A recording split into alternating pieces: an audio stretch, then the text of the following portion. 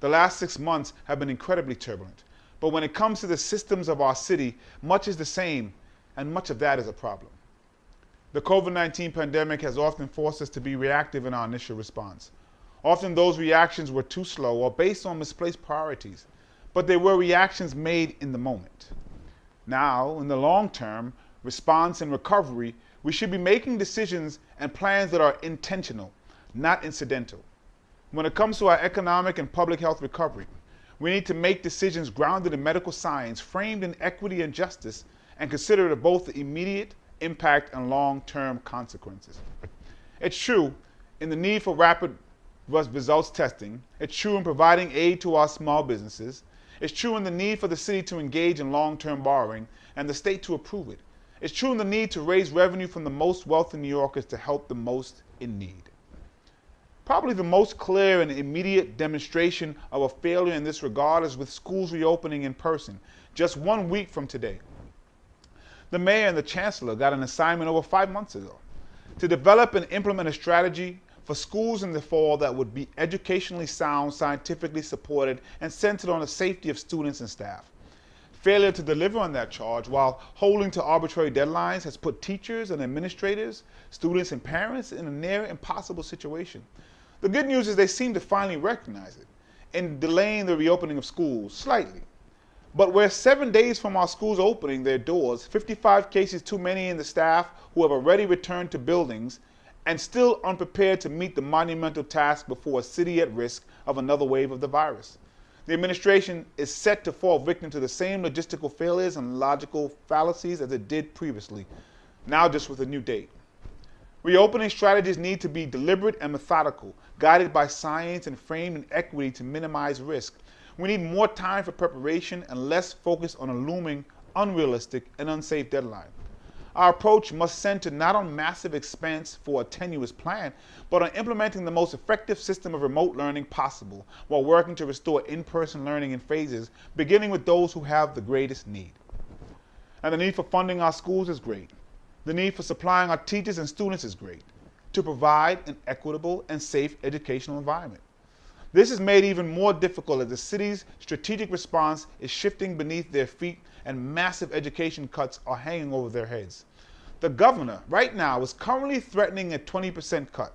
And it's absurd that just as teachers, administrators, and students are struggling to return to school and implement entirely new systems, the governor would cut 1/5 of their budget. We need to stand against these cuts in every way possible, with just a week until classrooms are set to reopen. If we face the same shortcomings in a week that we do today, nothing will have changed but the calendar, and further delay will be needed to put in place critical infrastructure before gradually phasing in reopening. The mayor needs to listen to students, parents, teachers, and scientists and school staff who are imploring him to prioritize safety and not a schedule. Amid these compounding crises has also come a new reckoning on racial justice and policing injustice, one which based in the incidents and the activism we have seen, felt, and been a part of for many years. Black Americans across our country are shouldering the burden of a shared trauma, a trauma that is not new, that is always a part of our lives and our very existence. At the same time, this is an opportunity for greater change. If we commit to a positive vision and avoid the urge to revert to our corners and our talking points, meaningful shifts in our funding and our laws around policing, shifts in the way we think about public safety are not only possible, they are essential. This moment of change also comes at a moment of tragedy, when we have seen a spike in gun violence that is claiming lives and devastating communities. To all who would say that law enforcement has no role in combating this plague of gun violence, you are wrong. To all those who say law enforcement is the only and biggest solution, you are wrong. To those who would seek to inflame tensions rather than mend communities, you are only doing greater damage.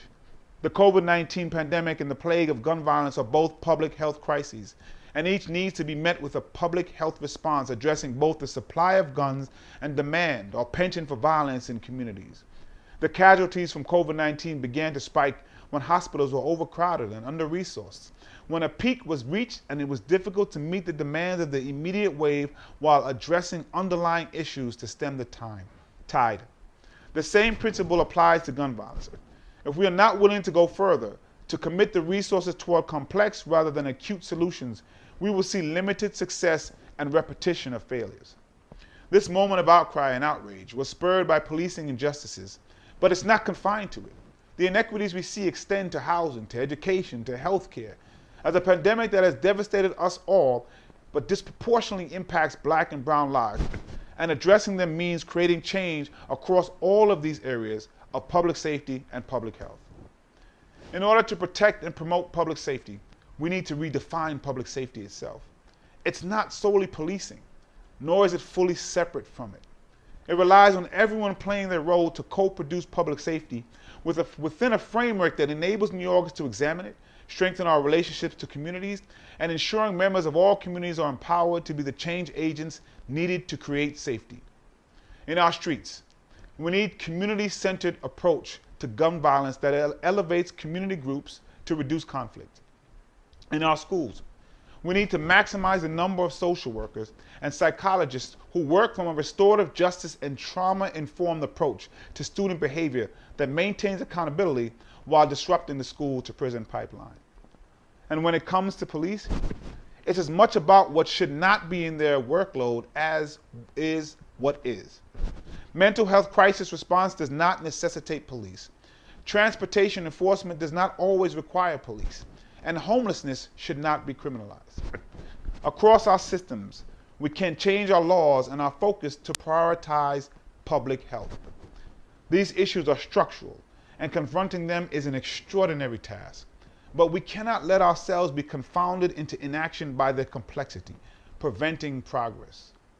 We need to meet this moment by exhibiting leadership, not by approximating it. Through job performance, not performative gestures. Leadership in the face of these challenges is about fulfilling a positive vision, to know the right path, then determine how to achieve it. To focus on the details, but not the political wins.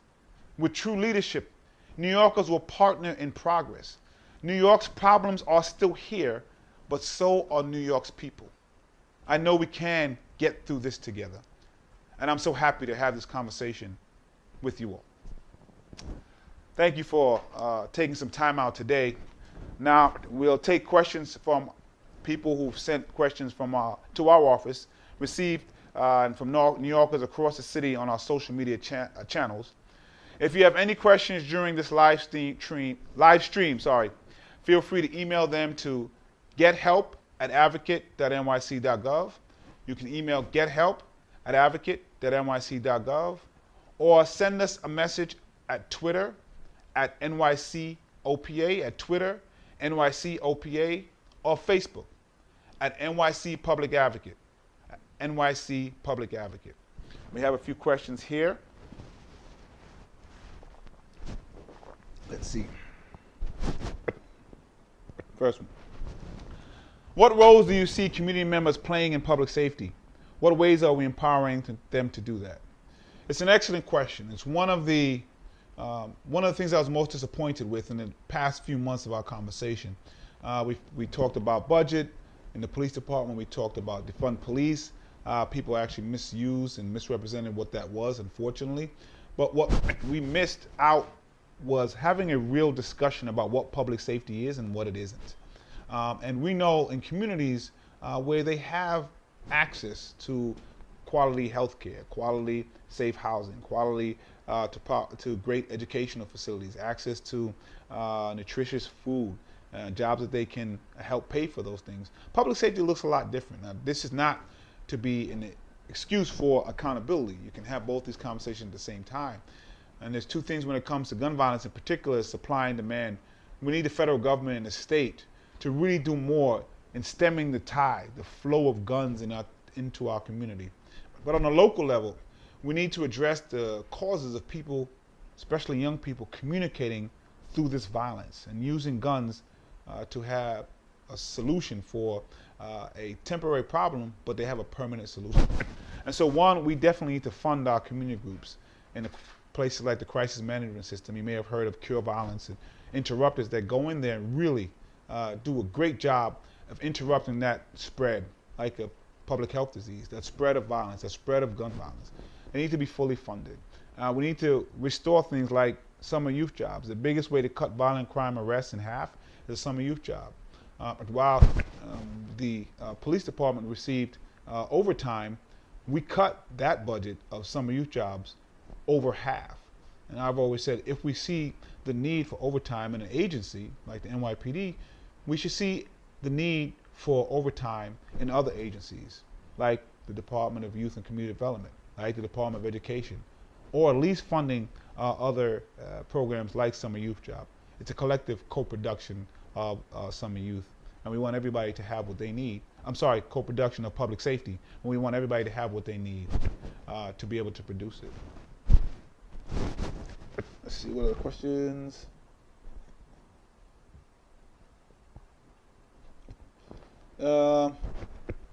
What steps must be taken by youth everyday New Yorkers and neighbors to achieve this definition of public safety? We have to encourage our leaders to have this conversation. Very often, and understandably, people are afraid.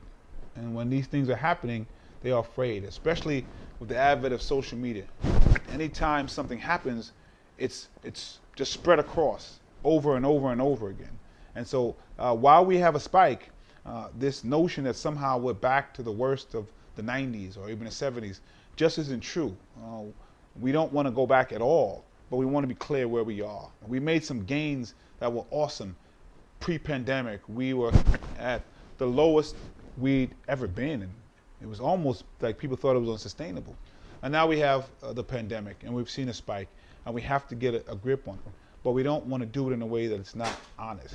So we want to make sure that people are embracing this reimagining of public safety and inviting and indeed encouraging their elected officials and leaders to have this conversation so that we can be truly safe in the realest sense of the word. How will your new public safety platforms help reduce safety concerns? We're going to be putting out later this evening and especially tomorrow a platform of which we are going to show how we can reimagine public safety, how we can co-produce public safety. And in that is a recognition, of course, that NYPD has a role to play, particularly around acute responses to criminal issues. But what we want to do is in the areas where that is not needed, we have a way to provide accountability, provide a system that doesn't necessarily mean policing. And so whether it's gun violence and the community groups that are doing an awesome job, whether it's saying that when it comes to a mental health crisis, you don't have to have an immediate response from the police department. When it comes to things like transportation or traffic enforcement, it doesn't have to be a police officer that shows up to an accident scene.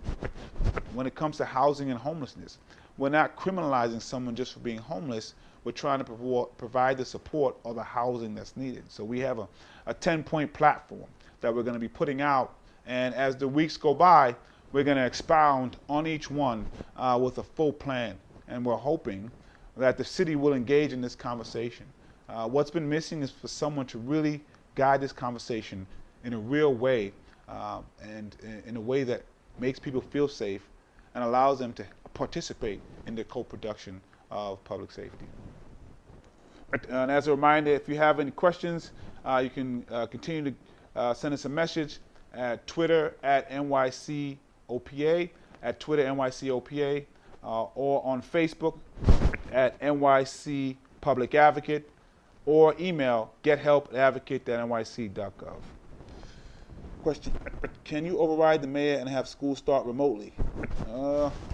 I wish. Unfortunately, I cannot. This is a decision that the mayor makes solely. I will say I have long pushed for us to do away with mayoral control. It is, I think, a disastrous system. We don't need to give it back to the state, but we need to make sure that more people are able to have input on what's taught in the classroom and in something like this. Right now, it's just the mayor, and that just doesn't work. It didn't work under Bloomberg. It doesn't work under this mayor. And so I believe the city council should also be more involved in those decision making, because right now we'd have a lot more leverage. And so sadly, we can't override, but hopefully sooner than later we can have municipal control. which takes away the centralized power of the mayor. What steps do you suggest the city take in terms of making sure that schools can reopen safely? In the case that schools go back to remote learning, what steps do you suggest the city take in terms of making sure that economically disadvantaged students have an equal opportunity at educational materials?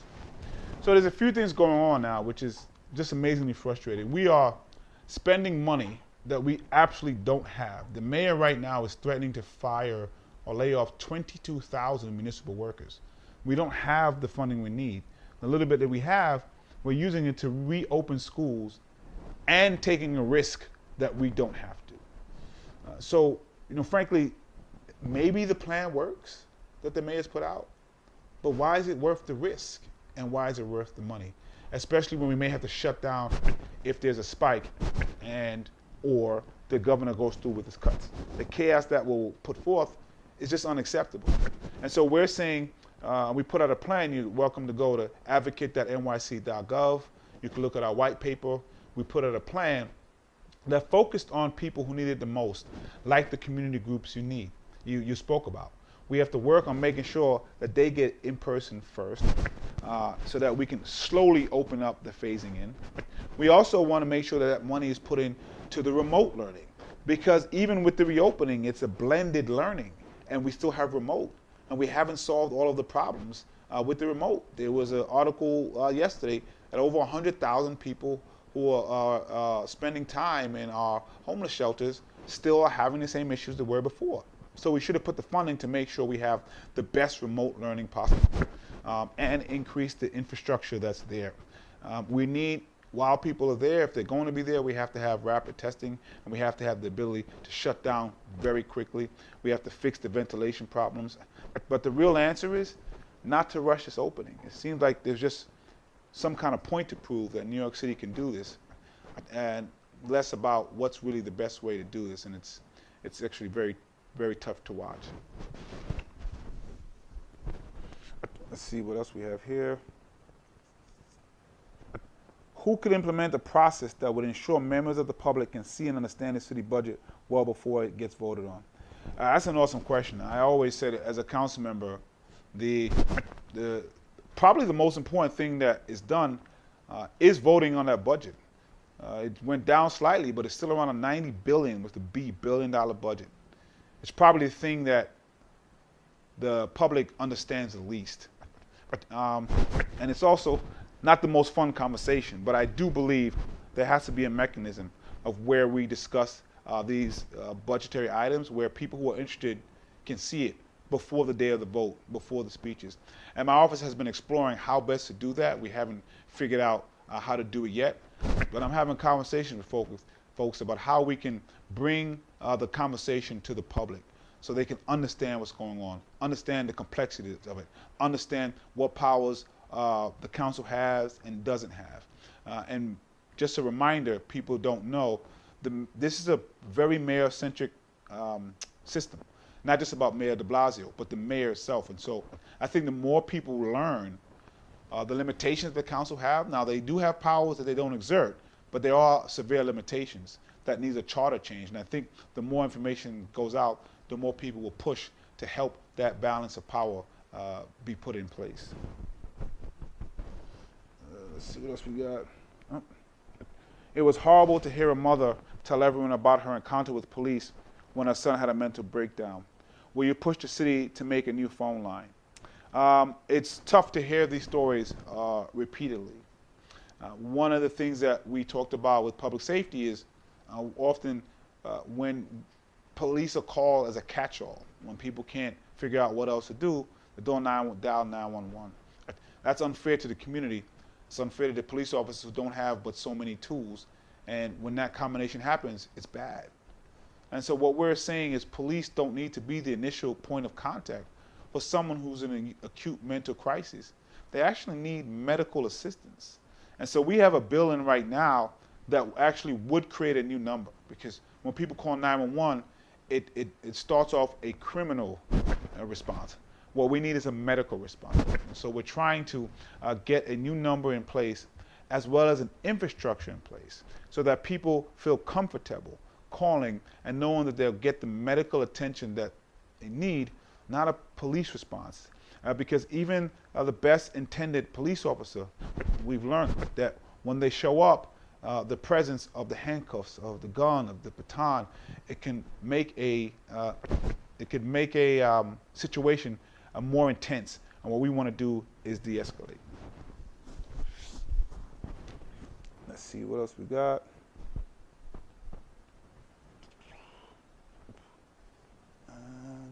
What do I do if I don't feel comfortable sending my child back to school right now? My stepdaughter, for the past few months, has been eagerly awaiting going to 7th grade. And sadly, we had to make the decision that that's not going to happen. So I am recommending that no one send their child to these schools come September 1st, unless there are so many more questions that can be answered. And I don't believe they will be able to answer them in 7 days. I don't believe they'll be able to contain an outbreak if it comes. I just don't have full confidence.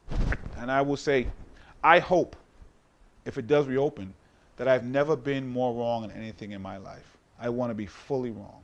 And if I'm wrong, I have egg on my face. But if the mayor opens and it's wrong, it's so much more dangerous than that. And that's why we're pushing that we don't need to take this risk. So we're recommending that all parents request remote learning so that we can get the mechanisms in place.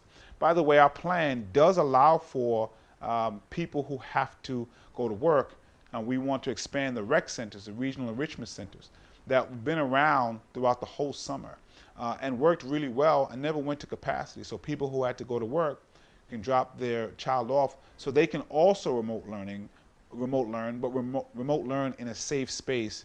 It also provided an opportunity for people who need in-person learning the most, like IEPs, can get that attention in a space that is safe.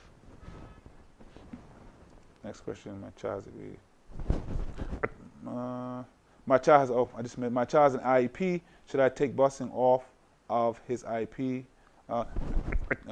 I don't think you should. We want to make sure that, and as a matter of fact, people who have IEPs and other people who need the assistance, they're the ones we should be focusing on the most. And in our plan, again, the rec centers would have provided that. So we want to push for the mayor to make sure that we don't open on the 21st, build infrastructure for remote learning, expand the rec centers so people with IEPs can get the assistance they need, and put the infrastructure in so that people are tested on a regular basis. There's so many things that can go wrong here.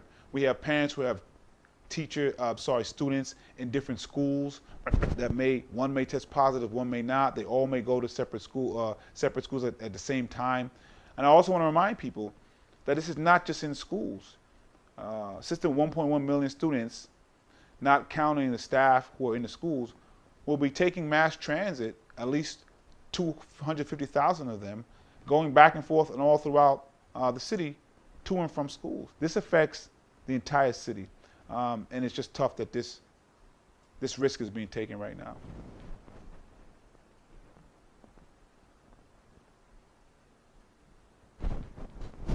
I think we can get a couple more questions in. Let's see. I think we can get a couple more questions. Remember, if you have any questions, you can send us an email, Twitter at NYCPA, or Facebook at NYC Public Advocate, or email gethelp@advocate.nyc.gov. Let's see, will students and staff be able to recognize the schools that they're returned to? What will the school look like? I'm not sure. We did hear people say that there will be some deep cleaning. Unfortunately, from what we've seen, that hasn't happened in many places. Some teachers anecdotally have said they left things in certain areas to see if there was a deep clean, and they came back and it wasn't. One of the most jarring things was the testing they were doing for ventilation, when we saw them with sticks and toilet paper holding up to vents, seeing if the ventilation was okay. It was a little jarring because we thought there'd be a little bit more to it than that. But I think the main point is we really should be pushing back on this reopening right now.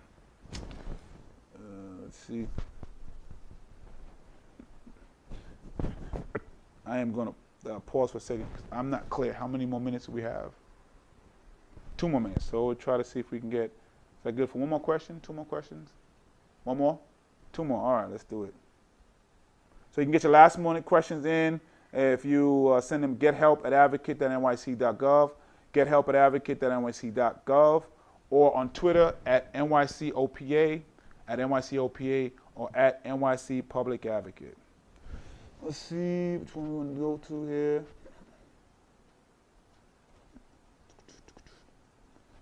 Let's go do this here. Huh. Will you run for mayor? Not a question I can really expound on here. The short answer is I'm going to be asking folks to let me be the public advocate for as long as they will allow. I think we have to have someone who continues pushing on these issues. But thank you for that question. Let's see.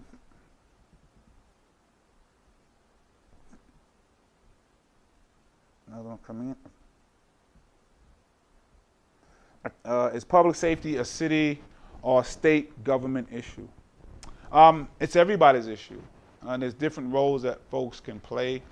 On the federal government and the state government, the supply of guns or the supply part of the gun violence is in their wheelhouse, particularly in the federal government. And it's amazing to me, a lot of the folks who are saying and decrying the gun violence and who think the only answer is police, a lot of them are supporting someone in the federal government whose answer is actually more guns, which makes absolutely no sense.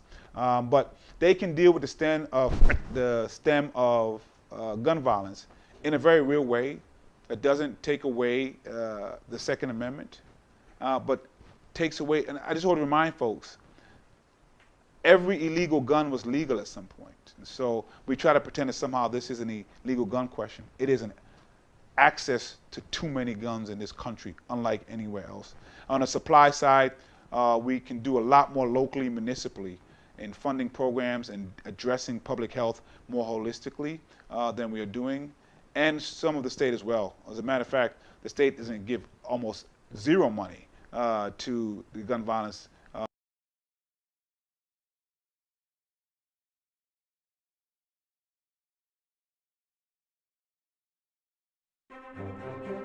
This Sunday, the president and the pandemic. I didn't lie.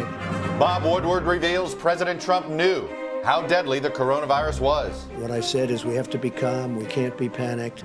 At the same time, he was saying this. Now, you treat this like a flu. One day it's like a miracle, it will disappear. Mr. Trump on the defensive. They wanted me to come out and scream, people are dying, we're dying. And under attack. He lied to the American people. Even hearing from his own experts. When you downplay something that is really a threat, that's